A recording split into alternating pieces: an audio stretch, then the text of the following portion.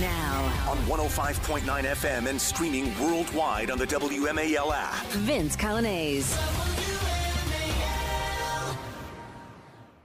Good afternoon to you. It is 3:06 now. News Talk 105.9 WMAL, where we're making sense of the news. Coming up this hour from RealClearPolitics, Susan Crabtree joins us with all of the latest news about the attempted assassination yet again on President Donald Trump and how the Secret Service is processing all of this. A deeper look there with Susan. At 4:30, Asra Nomani, former Wall Street Journal reporter, founder of the Pearl Project. She'll be on with us to talk about her journalism from Springfield, Ohio this week. She's got a perspective there. She'll share it with us.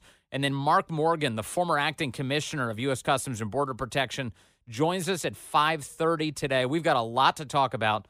You can help us do it at 888-630-9625, 888-630-WMAL.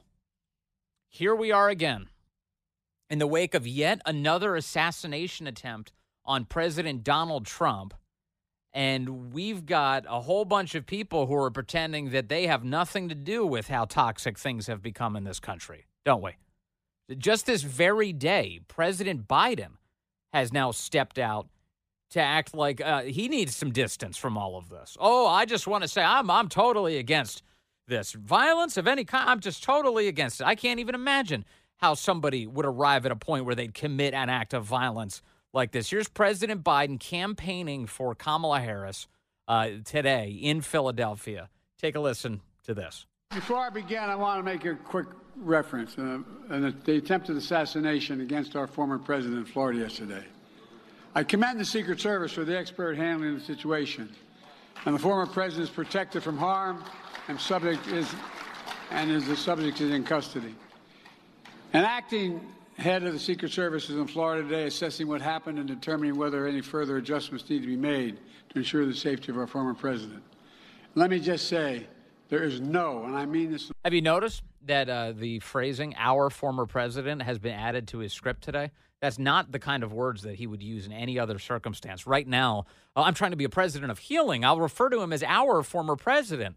That's not the way they talk in general about Trump at all. It's the polar opposite. From the bottom of my heart, those of you who know me, many of you do. No place in political violence in America. Yeah, there's no place in political violence for America. None. Zero. Never. I've always condemned political violence. I always will in America. Sure. In America, we resolve our differences peacefully at the ballot box, not at the end of a gun. His party has been working to remove candidates like Donald Trump from the ballot. America suffered too many times the tragedy of an assassin's bullet. It solves nothing and just tears the country apart. We must do everything we can to prevent it. Everything. And never give it any oxygen. Do everything we can to prevent it. How is it that Donald Trump, under the Biden administration, has now been nearly assassinated at least 2 times that we are aware of? How is that? How are rooftops left open at rally events? How is there no coverage for the president at a very near distance there? How is it that radio networks are completely not working, not interoperable between local law enforcement and U.S. Secret Services? Local cops are screaming out that there's a gun on the roof. Nobody can hear them. How does that happen? How does it happen that Trump supporters are screaming that they see a guy with a gun on the roof and there's no meaningful rapid response to try and stop it? How does the guy walk around on the roof, visible for minutes on end, and nobody seems to try and stop it? No effort to prevent Donald Trump from taking that stage. The Biden administration is the United States Secret Service.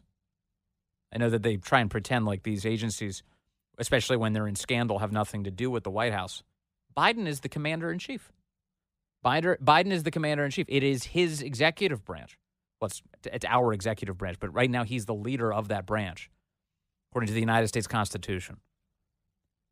And here he is, claiming we've got to do everything we can to prevent it. I'm sorry, we had a very public shooting of Donald Trump. Donald Trump was shot in the head. Corey Comparator was killed at that event.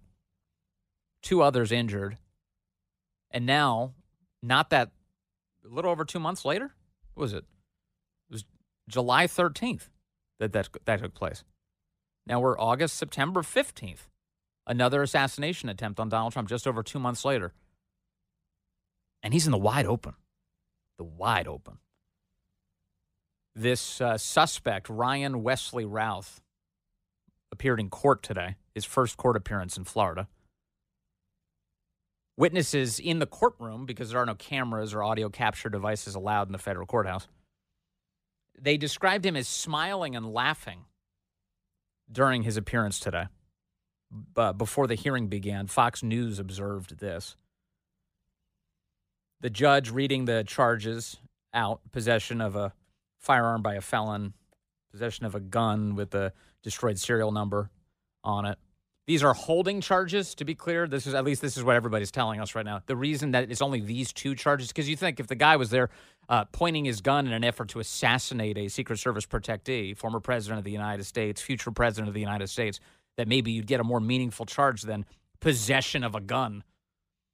They're telling us that these are holding charges right now. They're filing the easy ones in order to keep him in custody, and they claim they're going to hit him with the tougher ones coming up. We'll see.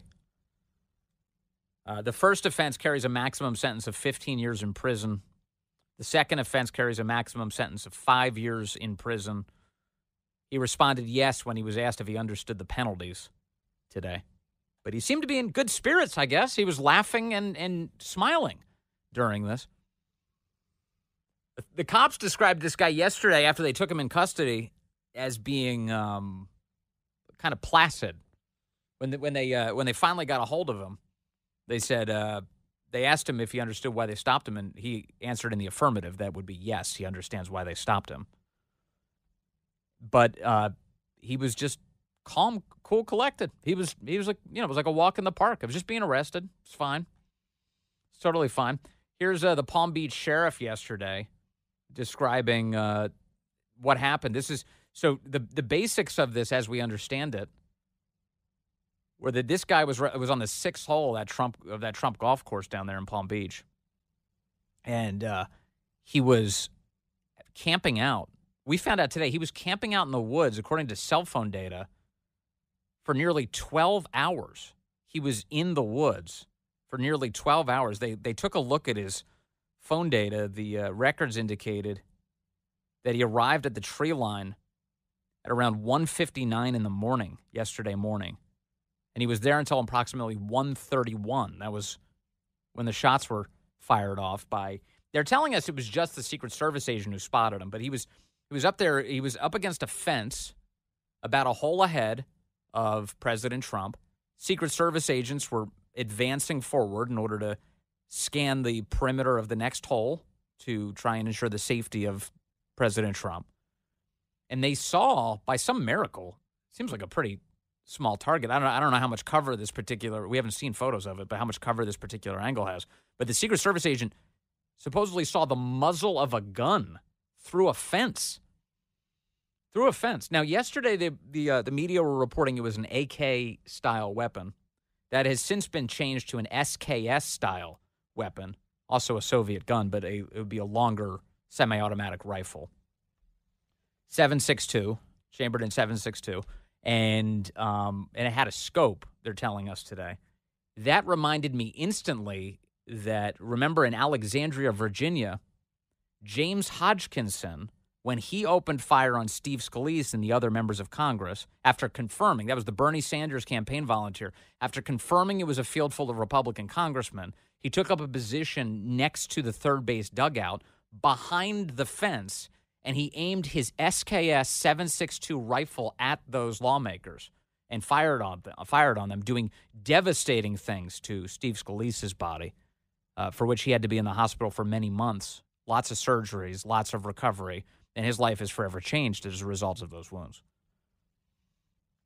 So now you have another hysterical anti-Trump, Democrat-supporting, Democrat-donating lunatic who takes up a position but outside of a fence, aiming his SKS rifle in the hopes that he can take out President Trump clearly there. And luckily, a Secret Service agent seeing him and beginning to fire on him. He runs out of the woods, I guess, to his waiting car. So he had a waiting black Nissan SUV into which he jumped. And authorities are saying today that the plates on that vehicle were stolen. They were stolen plates. But there was, thank the good Lord, a witness. Now, I haven't seen anything identifying this witness, and I don't know what his politics are or her politics or what.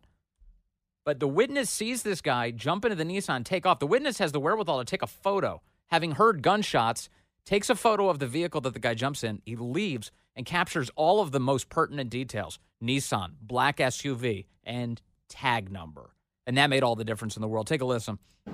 All right, 1:30 this afternoon. Call came out, shots fired. That was called in by the Secret Service. Because we're in constant contact with them all the time, we were notified of that, and we had units here that immediately sealed off the area. Fortunately, we were able to locate a witness that came to us and said, hey, I saw the guy running out of the bushes. He jumped into a black Nissan, and I took a picture of the vehicle and the tag, which was great. So we had that information. Our real-time crime center put it out to the license plate readers. And we were able to get a hit on that vehicle on I-95 as it was headed into Martin County. We got a hold of Martin County Sheriff's Office, alerted them, and they spotted the vehicle and pulled it over and detained the guy. After that, we took the the witness that witnessed the incident, flew him up there, and he identified as the person that he saw running out of the bushes and jumped into the car. Yeah, that's a big deal. All right, so a great witness, great American, standing nearby, takes a picture of all of this, goes with the cops, positively identifies the would-be assassin here. Now, what else are we learning? Well, Martin County's Sheriff Will Snyder said today that all of this, that just the arrangement of it, makes this whole thing deeply suspicious to the point that we may very well be dealing with a full-blown conspiracy to assassinate President Trump. Take a listen to the Martin County Sheriff today. Did he have any, to your knowledge, any ties to Martin County or the Treasure Coast? Yeah, to my knowledge, does he have any ties to Martin County? I think the answer, to my knowledge, the answer is no, I have no knowledge. I think what we're finding out, he's not from this area, which of course raises the bigger question is, how does a guy from not here get all the way to Trump International, realize that the president, former president of the United States, is golfing and is able to get a rifle in that vicinity? I think that's the question the FBI, the Secret Service are laser focused on today. Is this guy part of a conspiracy? Is he a lone gunman? If he's a lone gunman, President Trump is that much safer because we have him.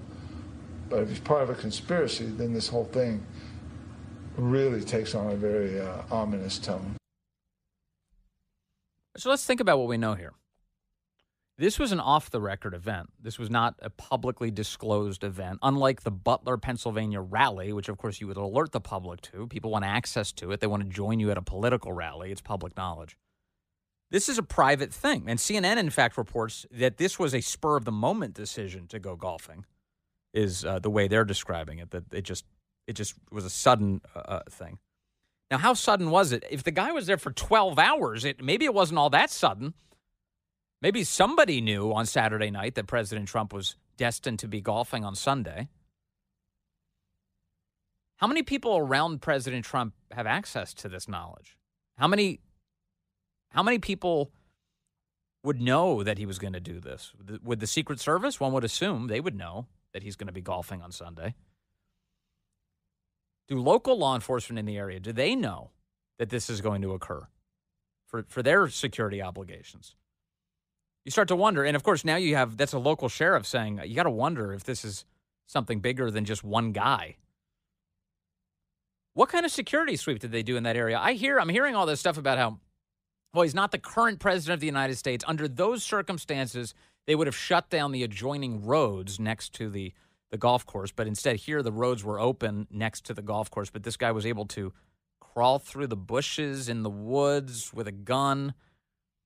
In addition, he had these backpacks full of, they say, ceramic tiles. To me, that kind of sounds like ceramic bulletproof plating, which you can literally purchase on the internet to stuff into a backpack. 2 backpacks there. He also had a GoPro camera wired to the fence in order to capture the images of his carnage. Seems pretty clear to me. And then not only would you capture images like that, but presumably you would disseminate them. A proof of death video, some sort of terror video to be released to the public. What is that? And then the car, the getaway car. How long was a black Nissan SUV parked alongside the road and nobody saw it? How long was it there? Did someone drop it off? Did the Secret Service not do a scan of the nearby perimeter of the golf course as President Trump was arriving? Wouldn't you think that that would be the way this was conducted? How does a car end up parked right there such that he can jump into it and drive off? It's crazy. It's really crazy. And once again creates all sorts of awful questions about what the heck is happening in our country. And I got to talk more about this thing that, Biden trying to distance himself today. Oh, this is totally unacceptable. Really? Because your campaign and your presidency, for that matter, has consisted entirely of saying that Donald Trump is a threat to this nation. If you want proof of that, look no further than 80 days ago on his own Twitter account. I just looked. This is an actual tweet from Joe Biden, his Twitter account. Donald Trump is a genuine threat to this nation. He's a threat to our freedom. He's a threat to our democracy. He's literally a threat to everything America stands for. How much more of a gift-wrapped invitation to a crazy person do you need than a statement like that?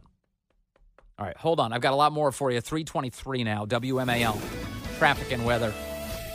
WMAL, making sense of the border, because laws either matter or they don't. Download the WMAL app to stream us for free. All right, Donna and Frederick, go ahead. On line 4, you're on the Vince Coglianese Show.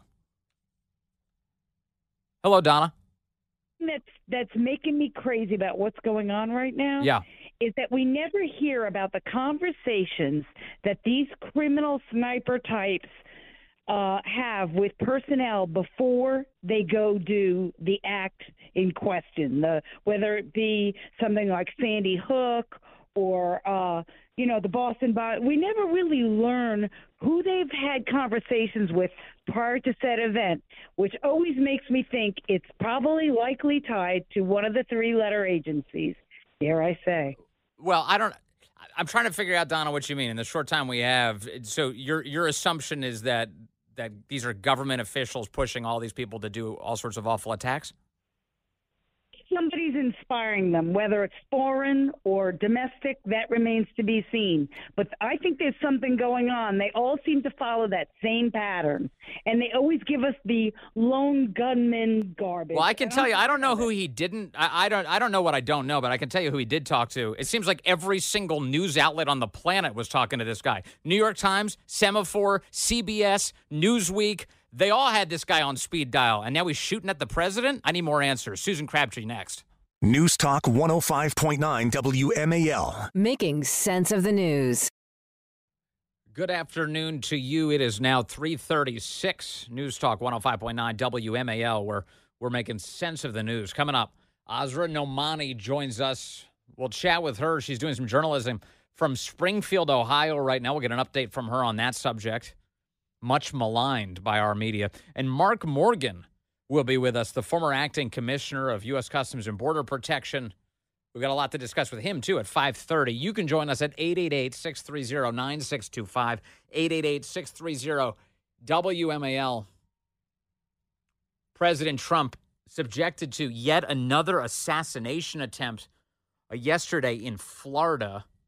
The decent people of our nation reeling, all wondering, how did this happen? How did someone get so close yet again with a rifle such that he was within, authorities say, between 300 to 500 yards of the president?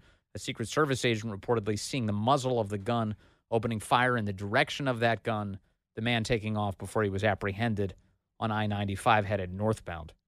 For more on this story and what we're learning today, I want to bring in Susan Crabtree. She's a RealClearPolitics White House and national political correspondent, and she has been digging in intensively into the Secret Service. Susan, good to have you back with us. Thank you. Thanks for having me back on, Vince. Appreciate it. I in this last half hour, I was wondering, I get that there's a Secret Service agent who sees this gun and decides to do what he can at that moment to stop this threat. But the rest of us are wondering how it got that far, including, we learned today that apparently he was inside of the woods for 12 hours. And that would lead me to believe that, well, his car must have also been sitting there for 12 hours if he was. So why wasn't any of this spotted or seen or detected? Absolutely. It's something that causes me great concern because Trump always golfs, and he usually golfs near Mar-a-Lago. This is his golf course. Yeah. He owns it. So it's, how are we not securing this? Or is this something that they told that President Trump realizes the risk, and he says, I want to do it anyway. I'm going to go golfing.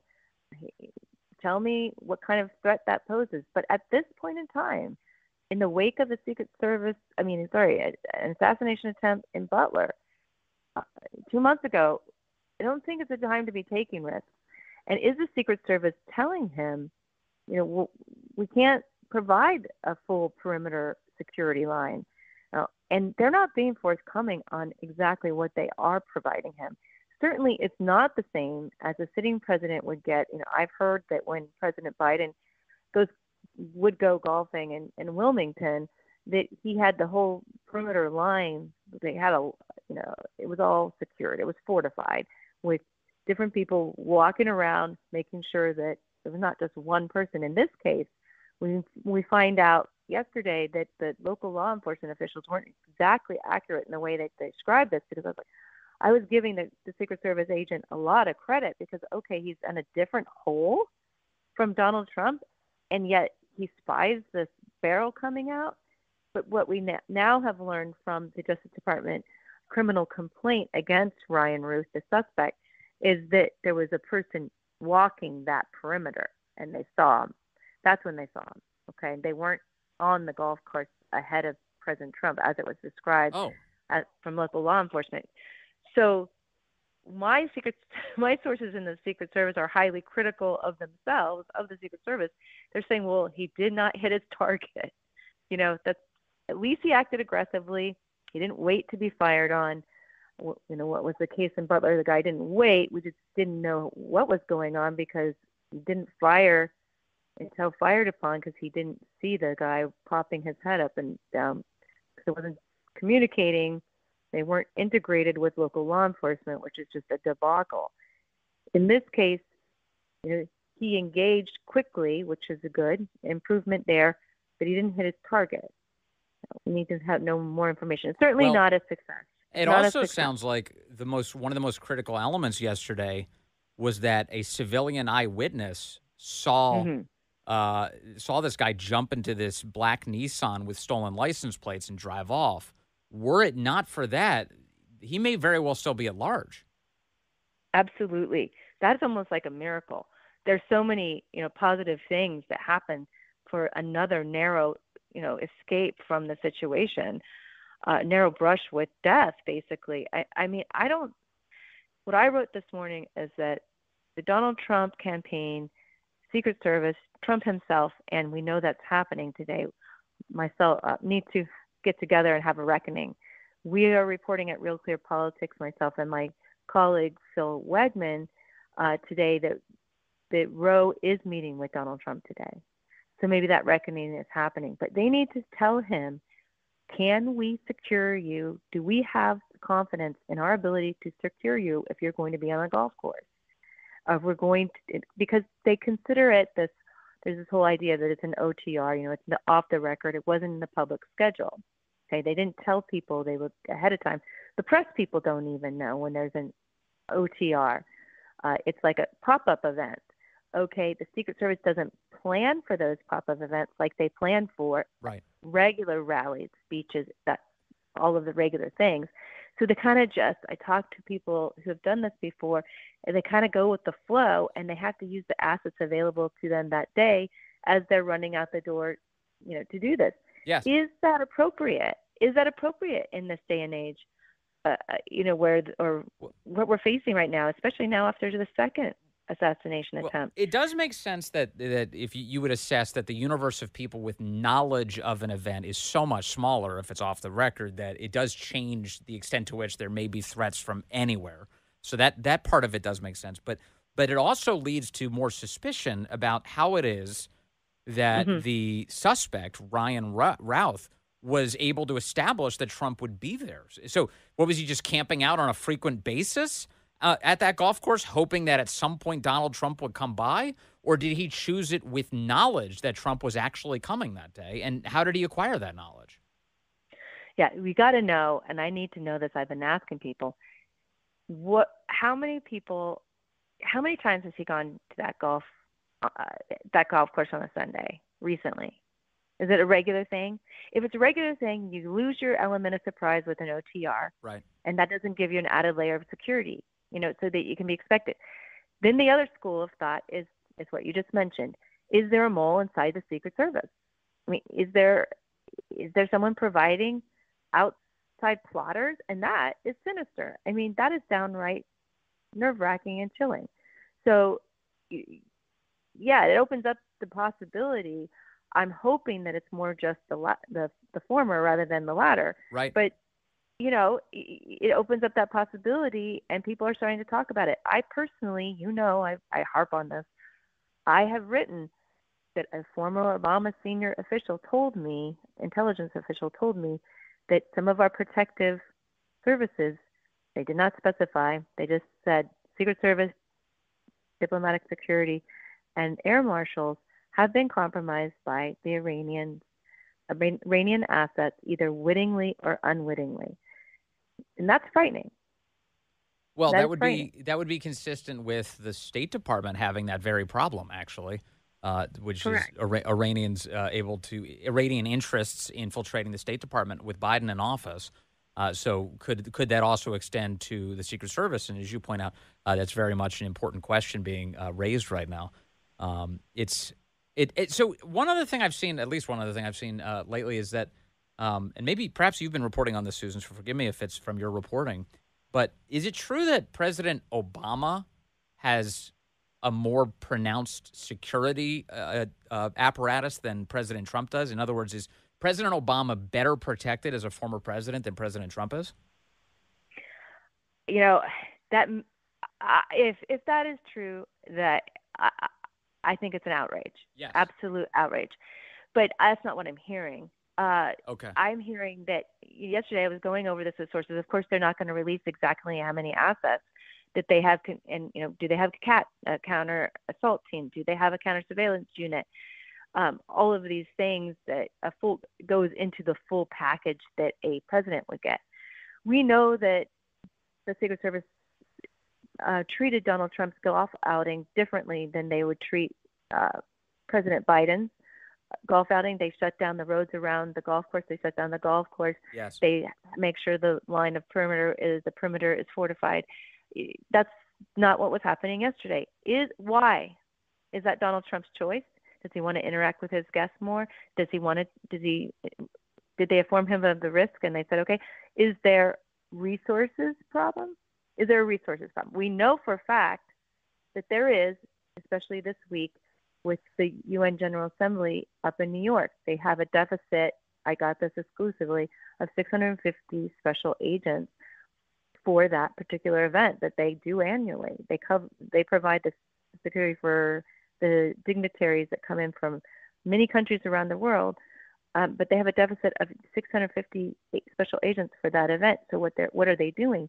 They're borrowing from the Department of Defense for these agents. And the question among the Secret Services, are they properly trained? As we know, with the Homeland Security investigative agents, they only got that PowerPoint presentation, and it was a glitchy 2-hour PowerPoint webinar. They couldn't hear it, and then they were dropped into Butler to help protect Trump when there was an acute Iranian threat against him that week with the arrest of Asif Merchant the Friday before the Butler rally. Yes. So, I mean, that is just appalling to know that. That is just flooring. I just floored when I heard that. But the idea that President Trump would not be as well protected or even better than President Biden at this point is absurd to me. given that all of the data we have, if you were just doing a simple algorithm where you were to ingest data, like, okay, what is the threat environment and how much protection does this guy need? Well, as of today, we have 2 public attempts at assassinations and at least 1 admitted desire to achieve that by the Iranian that you mentioned, just Asif Merchant. So, I mean, how many of these do we need before you give him a robust package of protection? Yeah, I mean, I know that they've ramped up.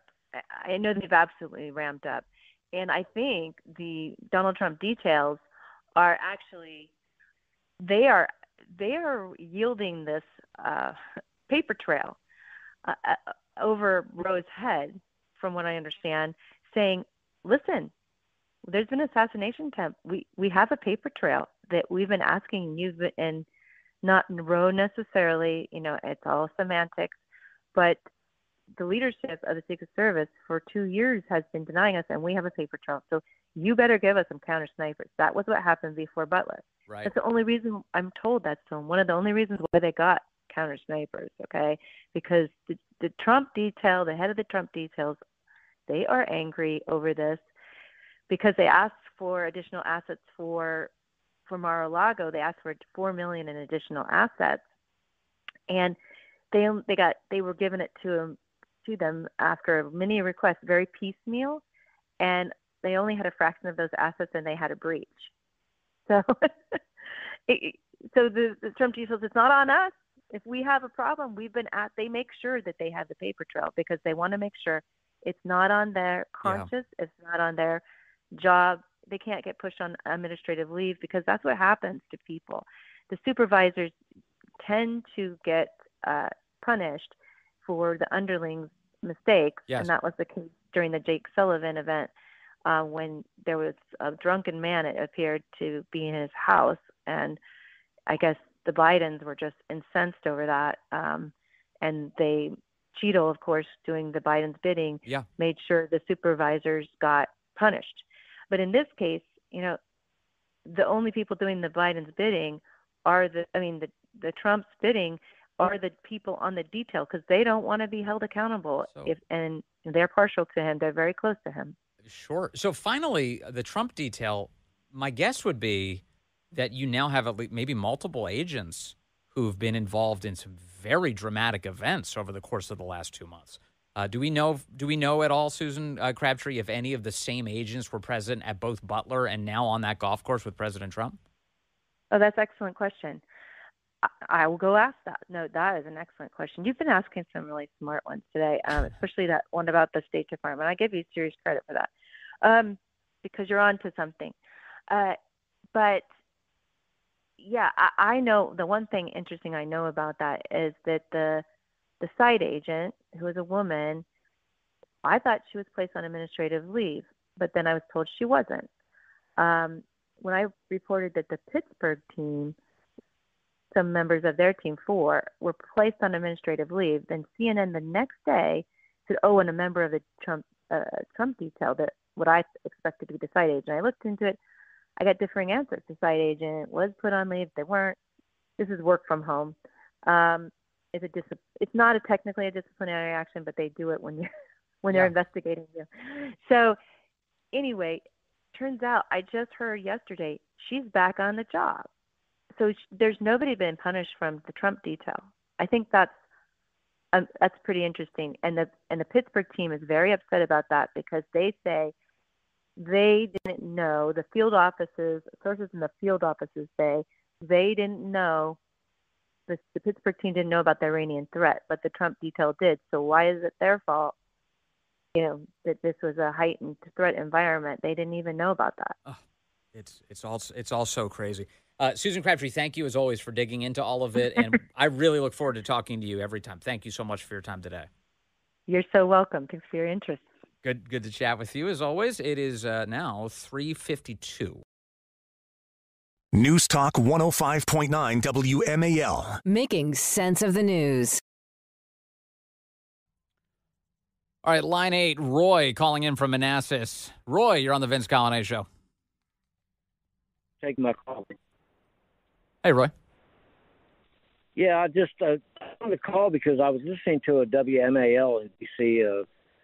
Station this morning. I listen every day. Mm-hmm. And one of the prominent morning hosts, right before he went off the air, like 10 seconds before, that's all he had left.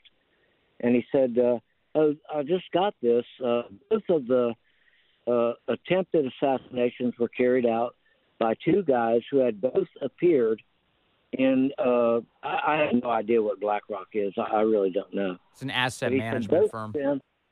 Both of them appeared in BlackRock commercials. Huh. And then he said further, also the Las Vegas shooter had ties with BlackRock commercials, appearing in, featured in BlackRock company commercials. Well, we know that Thomas Crooks. Then he said, "What is this a coincidence? What are the odds on this? If you were in Las Vegas and you wanted to bet that these three people could be connected through BlackRock, what would your wager be?" Yeah, so this is what we know. I didn't hear the segment you're referring to, Roy, but I can tell you what we do know. There was a BlackRock commercial that featured Thomas Crooks from years ago sitting in a classroom. He was the Butler shooter in Pennsylvania. And then Ryan Routh, who's the suspect today, he appeared in a different kind of propaganda video. It was for the Azov battalion in Ukraine from a couple years back in 2020-22. And there have been people online who've been conflating that with a BlackRock commercial. Instead, it was a propaganda video for the Azov battalion. It's kind of the Nazi battalion in Ukraine that, that Western governments have been trying to pretend doesn't really exist. But it does. And the shooter, or the would-be assassin, was featured in their propaganda video. All right, more in a moment, and your calls coming up here on the Vince Coglianese Show. News Talk 105.9 WMAL. Making sense of the news.